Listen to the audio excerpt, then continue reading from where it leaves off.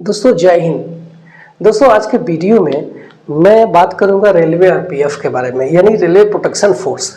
तो railway protection force यानी कि वो लोग जो रेलवे के नाम से ही परिचित है कि रेलवे प्रोटेक्शन फोर्स यानी प्रोटेक्ट करते हैं।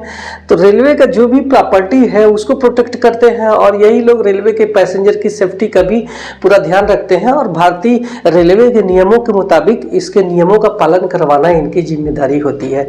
तो जब भी रेलवे की वैकेंसी आती है तो दो टाइप से वैकेंसी आती है, एक आती है कांस्टेबल और दूसरा आती है एसआई, यानी एक ही नोटिफिकेशन में दोनों की वैकेंसी रहती है। तो इसके लिए आप न्यूज में आप आजकल सुन रहे होंगे कि वैकेंसी जनवरी 2024 में आ रही है। तो चूंकि मैं रेलवे का एक एम्प्लॉय हूँ, एक लोको पायलट हूँ और आप सब मुझे जानते हैं अच्छे तरीके से, तो जो वैकेंसी जब तक कि रेलवे की वेबसाइट पर ऑफिशियली अपलोड नहीं हो जाती, मैं कभी भी सच नहीं मानता हूँ। तो हम लोग इसका वेट कर लेते हैं और मेरे वीडियो बनाने का एक ही मकसद है कि अगर ये वैकेंसी आती है तो आप लोग बड़े ही आसानी से जान जाएंगे कि इसको भर्ती होने के लिए इसकी मिनिमम क्राइटेरिया क्या है। और मैं अपने वीडियो के माध्यम से अपने जो सब्सक्राइबर हैं उनको बताता हूं और अपने फ्रेंड्स लोग जो मेरे इंस्टाग्राम में और मेरे फेसबुक में हैं उनको ये सारी जानकारी देने के लिए मैं वीडियो बनाता हूं। तो ये जो वैकेंसी आती है तो उसमें मिनिमम जो क्वालिफिकेशन है वो क्या होती है तो वो जान लेते हैं। तो जो लोग कांस्टेबल के लिए अप्लाई करेंगे तो उनके लिए कांस्टेबल के लिए मिनिमम क्वालिफिकेशन है 10वीं, किसी भी सब्जेक्ट में पास होने चाहिए, चाहे आप कितने भी मार्किंग किए होने चाहिए। और आपका जो एज है वो 18 साल से 25 साल के बीच में होनी चाहिए। एससी एसटी के लिए यही एज की जो उम्र की जो सीमा है ये बढ़ जाती है, 5 साल की छूट मिलती है, यानी 30 साल तक वो अप्लाई कर सकते हैं। वहीं ओबीसी कैंडिडेट है तो वो 3 साल की छूट मिल जाती है, वो 28 साल तक इसको अप्लाई कर सकता है। तो ये तो हो गया कांस्टेबल का। अब हम बात कर लेते हैं कि जो एसआई के लिए जो अप्लाई करने वाले हैं तो वो लोगों का मिनिमम जो क्वालिफिकेशन है वो क्या है। तो उनके लिए मिनिमम क्वालिफिकेशन है ग्रेजुएट, किसी भी सब्जेक्ट में होने चाहिए, किसी भी परसेंटेज में होने चाहिए। तो ये ग्रेजुएट होना चाहिए। उनकी जो एज है वो 20 साल मिनिमम है, मैक्सिमम डेट एज उनकी 25 साल है। एज रिलेशन सेम है, 5 साल SC ST और 3 साल ओबीसी के लिए। तो ये तो आपका जो मिनिमम क्या हो गया, क्वालिफिकेशन हो गया। अब जब आप रेलवे का नोटिफिकेशन आएगा तो आपको उसको अप्लाई कर देते हैं, ऑनलाइन ही इसका अप्लाई होता है। तो ये ऑनलाइन अप्लाई जब आप कर देते हैं तो आपको 3 से 4 महीने बाद एक एग्जाम से गुजरना होगा। उस एग्जाम का नाम है CBT यानी कंप्यूटर बेस्ड टेस्ट। आपको कंप्यूटर पे टेस्ट लिए जाएंगे जिनमें 120 क्वेश्चंस रहेंगे और उसका जो टाइमिंग ड्यूरेशन है वो 90 मिनट का होगा। एक सही क्वेश्चंस करने पर 1 मार्किंग आपको दिए जाएंगे। और उस एग्जाम में कौन कौन से टेस्ट पूछे जाएंगे तो जनरल अवेयरनेस के आपका 50 क्वेश्चंस रहेगा, अर्थमेटिक्स का रहेगा 35 क्वेश्चंस रहेगा, रीजनिंग का 35 क्वेश्चंस रहेगा। ये दोनों के CBT अलग अलग होंगे, यानी कि कांस्टेबल का अलग, एसआई का अलग है। इनका जो एग्जाम का लेवल है वो अलग है। वो कांस्टेबल है 10वीं पास है तो उसका एग्जाम का लेवल अलग होगा। ये जो है एसआई है, एक तरीके से वो सब इंस्पेक्टर है। और आप ये समझ लीजिए कि हर किसी का सपना होता है कि वो एसआई बने और उसके जो कंधे पर है स्टार दिखे। तो अगर आप चाहते हैं ये बनना तो इसके लिए थोड़ा आपको ज़्यादा हार्ड वर्क करना पड़ेगा, नहीं तो इसमें भी आप आ सकते हैं। दोनों रेलवे के कर्मचारी हैं और रेलवे की सारी सुख सुविधाएं उनको मिलने लगती है। तो ये हो गया आपका क्वालिफिकेशंस दोनों का हमने देख लिया। अब जब क्वालिफिकेशन हो गया आपका एग्ज़ाम हो जाएगा CBT 1 जब आप पास कर जाएंगे तो आपका जो शारीरिक मापदंड है यानी फिजिकल मेजरमेंट है वो कितना होने चाहिए। तो मैं आपको बता दूं कि कांस्टेबल और एसआई के लिए जो शारीरिक मापदंड है दोनों के लिए सेम है। वो हम देख लेते हैं कि क्या है।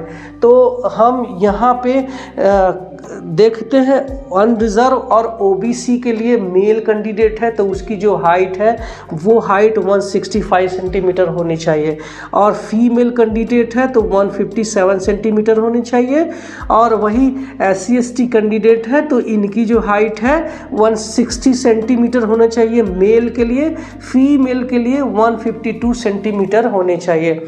और जो चेस्ट है, चेस्ट का मापदंड भी होगा वो सिर्फ मेल कैंडिडेट के लिए है, फीमेल कैंडिडेट के लिए चेस्ट का मापदंड नहीं है। तो बिना चेस्ट को एक्सपैंड किए इसकी जो अनरिजर्व के लिए और ओबीसी के लिए 80 सेंटीमीटर है, एक्सपैंड 5 सेंटीमीटर का है, यानी 5 सेंटीमीटर फुलाने के बाद, एक्सपैंड करने के बाद आपकी जो चेस्ट का फुलाव है वो 85 सेंटीमीटर होनी चाहिए।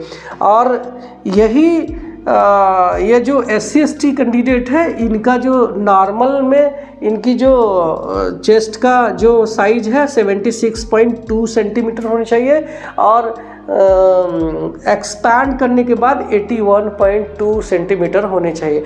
तो ये तो हो गया शारीरिक मापदंड। ये जब शारीरिक मापदंड कंप्लीट हो जाएगा, आप पास हो जाएंगे, तब आपको एक फिजिकल एफिशिएंसी टेस्ट से गुजरना पड़ेगा। और आपको एक बता दें कि सबसे पहले जो लोग ये फॉर्म अप्लाई करने जाते हैं तो सबसे पहले आप अपना ये देख लो कि ये शारीरिक मापदंड को पूरा करते हो कि नहीं।